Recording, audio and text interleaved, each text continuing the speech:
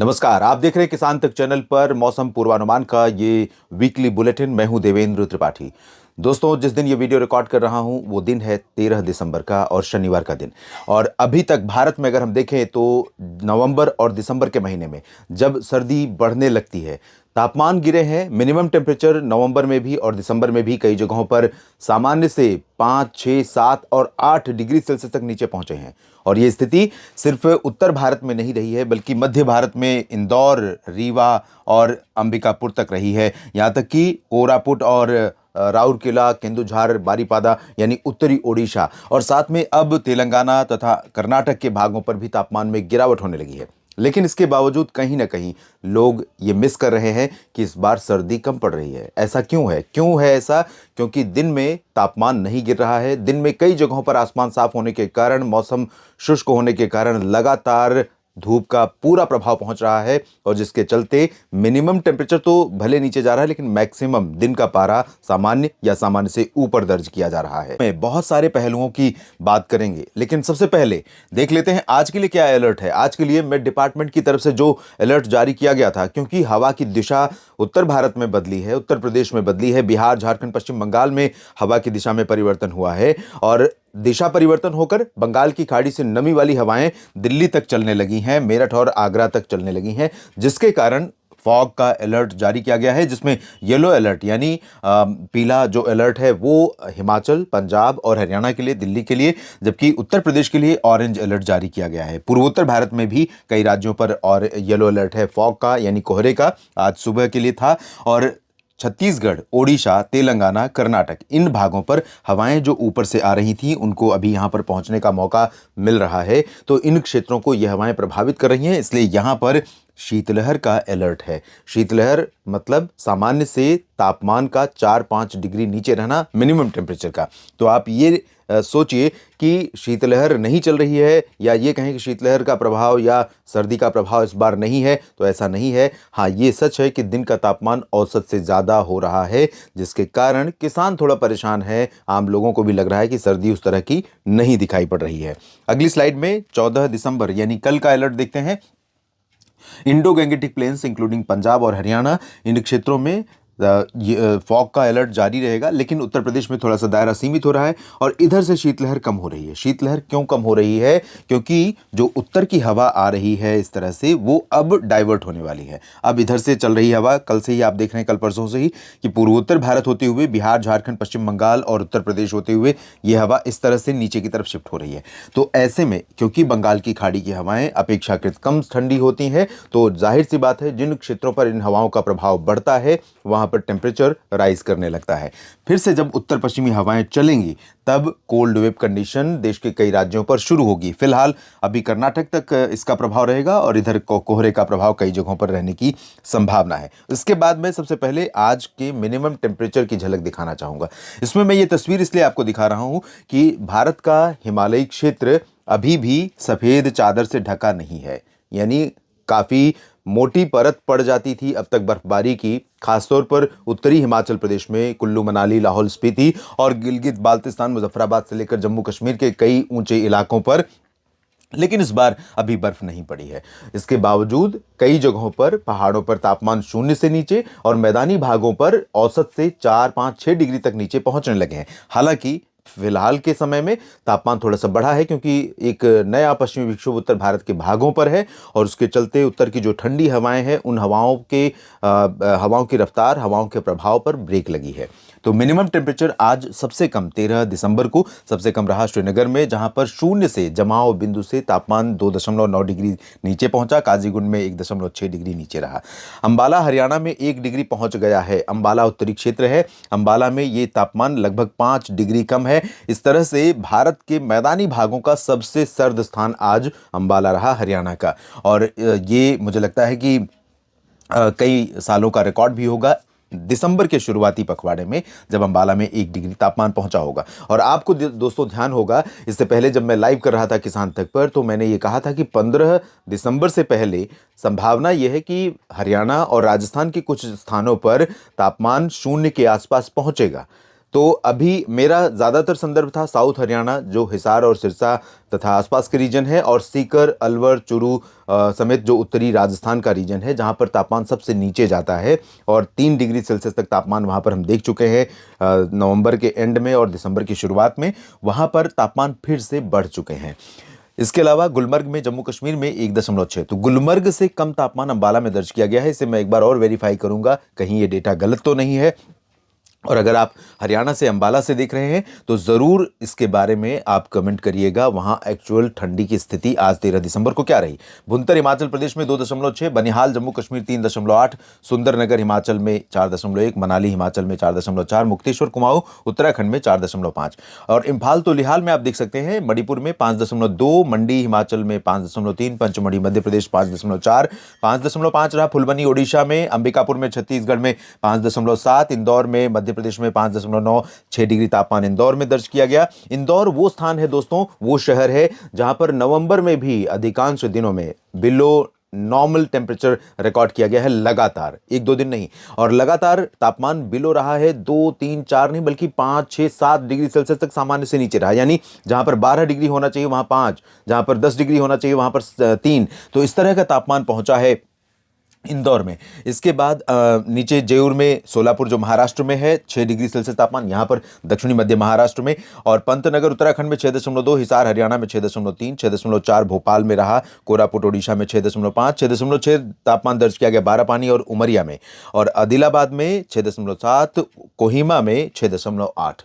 तो पहाड़ हो या मैदानी क्षेत्र हो, कई जगहों पर अच्छी सर्दी पड़ रही है, लेकिन दिन में फिर से मैं आपको दोहराऊंगा, आपके साथ ये जिक्र जरूर करना चाहूंगा, क्योंकि अभी तक उत्तर पश्चिमी दिशा की हवाएं ज़्यादातर हिस्सों को प्रभावित कर रही थी। ये जो पूर्वी फ्लो देख रहे हैं आप, या इधर से पूर्वी फ्लो देख रहे हैं, ये नहीं था। कंडीशन ये थी कि लगातार इस तरह की हवा चल रही थी, और जब ये हवा चलती है तो पहाड़ों की थोड़ी ठंडक, पहाड़ों पर बर्फबारी नहीं हुई है लेकिन इसके बावजूद ठंडक, तो आखिर क्यों ठंडक पड़ रही है, इसका जिक्र पिछले वीडियो में डिटेल में किया था, पिछले से पिछले वीडियो में भी बात की थी, जो है ला नीना से कहीं ना कहीं संबंधित है, और जो पोलर वोर्टेक्स से संबंधित है। पोलर वोर्टेक्स क्या है उसके बारे में फिर से एक बार जानकारी दे दूं।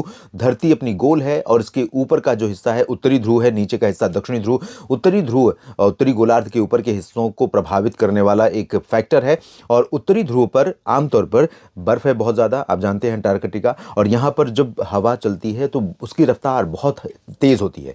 जब उसकी रफ्तार कम हो जाती है, उसकी रफ्तार कब कम होती है, जब लानीना होता है। तो इस बार लानीना है, इस समय लानीना होने पर पोलर वोर्टेक्स की जो विंड है उसके घूमने की स्पीड कम हो जाती है, और जैसे ही स्पीड कम होगी तो उत्तर की तरफ वो हवा मूव करती है। एक बार मैं इस तस्वीर के माध्यम से वो दिखाना चाहूंगा। हाइट उसकी अलग अलग हो सकती है, लेकिन वो साउथ की तरफ जब आती है तो वो कहीं ना कहीं मध्य पूर्व एशिया या पश्चिम एशिया या यूरोप के देशों को प्रभावित करती है, और इन भागों पर बर्फबारी की घटनाएं बढ़ जाती हैं। उत्तर भारत में भी बर्फबारी की घटनाएं बढ़ने की संभावना रहती है, लेकिन इस बार WD थोड़ा सा भारत के ट्रैक से हटकर चल रहा है, जिसके कारण पहाड़ों पर बर्फ नहीं पड़ रही है। इसके बावजूद जो सर्दी को रिलेट कर रहा हूं मैं कि पहाड़ों पर अगर बर्फ नहीं पड़ रही है फिर भी भारत के कई राज्यों पर सर्दी है, तो उसके पीछे वजह ये पोलर वोर्टेक्स का कमजोर होना और लानीना का अस्तित्व में होना है। और ये आप देख रहे हैं भारत के ऊपर का हिस्सा ये वाला है, जहां पर jet stream, polar jet stream चल रही है, जो काफी स्पीड में है, लगभग 13.5 किलोमीटर की ऊंचाई पर है ये, और ये आमतौर पर WD के साथ मिलकर के कई बार पहाड़ों पर भारत में बर्फबारी अच्छी देती है और भारत में अच्छी सर्दी का कारण भी बनती है। लेकिन इस बार ये तेज तो चल रही है, WD के साथ इसका इंटरेक्शन नहीं हो पा रहा है, जिसके कारण भारत के उत्तरी क्षेत्रों पर, पहाड़ी क्षेत्रों पर बर्फ कम पड़ रही है और निचले इलाकों में बरसात की स्थितियां अभी देखने को नहीं मिल रही हैं। अगर हम क्लाउड में एक बार देखने का प्रयास करें तो आप क्लाउड में देख सकते हैं बिल्कुल भारत के पश्चिम में, यानी पाकिस्तान और अफगानिस्तान तथा आसपास के रीजन पर तमाम हिस्से ऐसे हैं जो बादलों से प्रभावित हो रहे हैं, जहां पर गतिविधियां खूब हो रही हैं। लेकिन भारत का जो उत्तरी रीजन है, फिलहाल अभी राजस्थान के जैसलमेर से लेकर चूरू, सीकर और गंगानगर, हनुमानगढ़, और पंजाब तथा हिमाचल, जम्मू कश्मीर, गिलगित बाल्तिस्तान, मुजफ्फराबाद, लद्दाख, इन क्षेत्रों पर बादल काफी पहुंच चुके हैं, और इन बादलों से गिलगित से लेकर जम्मू कश्मीर और लद्दाख के बीच में कुछ जगहों पर वर्षा होने की संभावना, हिमपात होने की संभावना भी है। आज ही नहीं है, कल भी रहेगी, 14 को भी और 15 को भी संभावना रहेगी जब यहाँ पर कुछ बर्फ पड़ सकती है। 15 के बाद 16, 17, 18 में भी चांसेस हैं, कुछ यहाँ पर संभावनाएं रहेंगी। उत्तराखंड में भी इस दौरान थोड़ी बर्फबारी होने की संभावना है। तो ये और उसके बाद एक WD फिर से 20 के आसपास आ सकता है। तो जो ये अब कंटिन्यूटी है, अगर थोड़ी थोड़ी बर्फ पड़ती रही पहाड़ों पर तो उसका असर हवाओं के साथ नीचे की तरफ पहुंचेगा। और एक इंपॉर्टेंट फैक्ट जो आपके साथ शेयर करना चाहूंगा कि जब WD होता है तो हमने कहा कि उत्तर की हवा कम आती है, उत्तर की हवा कम आती है तो नीचे की हवा पहुंचेगी, नीचे की हवा यहां पर एटमॉस्फेयर में नमी ऐड करेगी, जिस रीजन में भी पहुंचेगी वहां पर हवा में नमी का स्तर बढ़ जाएगा। और जैसे ही WD आगे निकलेगा और इधर से ठंडी हवा फिर से चलनी शुरू होगी तो तापमान गिरेगा। तापमान गिरने के बाद होगा क्या कि कोहरा सुबह के समय छाएगा और दिन में भी कोहरा या धुंधलापन रहेगा। तो ये स्थितियां अभी देखने को मिलेंगी, लेकिन वास्तव ये सच्चाई है कि जैसा मौसम सर्दी में आमतौर पर दिन में धूप नहीं दिखना, बादल छाए रहना, बरसात थोड़ा थोड़ा होना और कोहरे का टपकना, कोहरा छाना, ये सब कुछ नहीं दिखाई पड़ रहा है। तो ये इससे थोड़ी सी फसलों के लिए चुनौती भी है।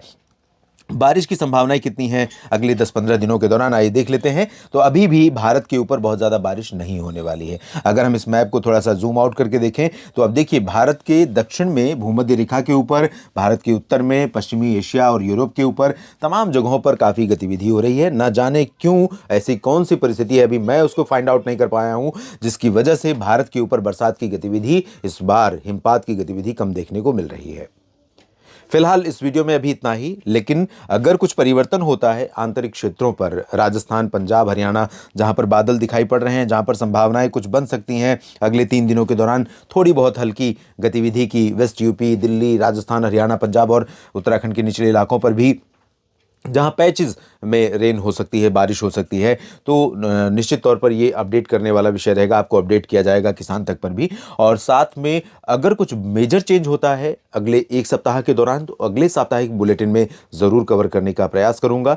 आप इस वीडियो के बारे में अपनी राय इस वीडियो के कमेंट सेक्शन में ज़रूर लिखिएगा और अगर आपको जानकारियाँ ठीक लगी हैं तो वीडियो को लाइक और शेयर कीजिएगा। लगातार हमें फॉलो करते रहिए मौसम के अपडेट के लिए। और सिंचाई के लिए अगर किसान साथियों आप इंतजार कर रहे हैं तो ज़्यादा प्रतीक्षा न करें, क्योंकि रबी की फसलों को अब जो पहली सिंचाई है या जो बहुत पहले बोई गई हैं उनके लिए दूसरी सिंचाई का दौर हो सकता है।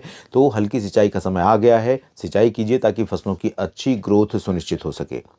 अभी पाला को लेकर के जो पिछली बार मैंने कहा था कि 0 के आसपास पहुंचेगा, 0 पहुंचेगा तो पाला पड़ेगा, तो ये जो 3-4 दिनों का बर्फबारी का स्पेल है उसके बाद जब तापमान नीचे की तरफ गिरना शुरू होगा और ठंडी हवाओं का प्रभाव आना शुरू होगा तो निचले इलाकों पर भी तमाम जगहों पर तापमान गिरेगा और राजस्थान, हरियाणा के कुछ भागों पर हो सकता है पाला पड़ने वाली स्थितियां बन जाएं, लेकिन उसमें अभी थोड़ा समय लगेगा। अगले वीडियो में ज़रूर और डिटेल में बात करेंगे। फिलहाल महाराष्ट्र, मध्य प्रदेश, गुजरात और ओडिशा, छत्तीसगढ़, कर्नाटक, तेलंगाना, आंध्र प्रदेश और छत्तीसगढ़, बिहार, झारखंड, पूर्वोत्तर राज्य और उत्तर प्रदेश के पूर्वी हिस्से तथा इधर गुजरात, इन सभी भागों पर कोई बहुत बड़ा परिवर्तन या ऐसा मौसम जो सामान्य जनजीवन को या खेती को नेगेटिव रूप में प्रभावित करे, ऐसा नहीं है। हाँ, जो पॉजिटिव सपोर्ट यानी सकारात्मक सपोर्ट हमें खेती को या प्रकृति को या पारिस्थितिकी को जिस सामान्य मौसम से मिलता है, यानी कई जगहों पर बरसात होती है इस दौरान, कई जगहों पर बर्फ़ गिरती है, वो कोहरे की संभावना रहती है, वो जो सामान्य स्थितियाँ इस समय होती हैं वो देखने को भले नहीं मिल रही हैं। ये वीडियो देखने के लिए किसान साथियों आप सभी का बहुत बहुत धन्यवाद। लगातार बने रहिएगा हमारे साथ। नमस्कार।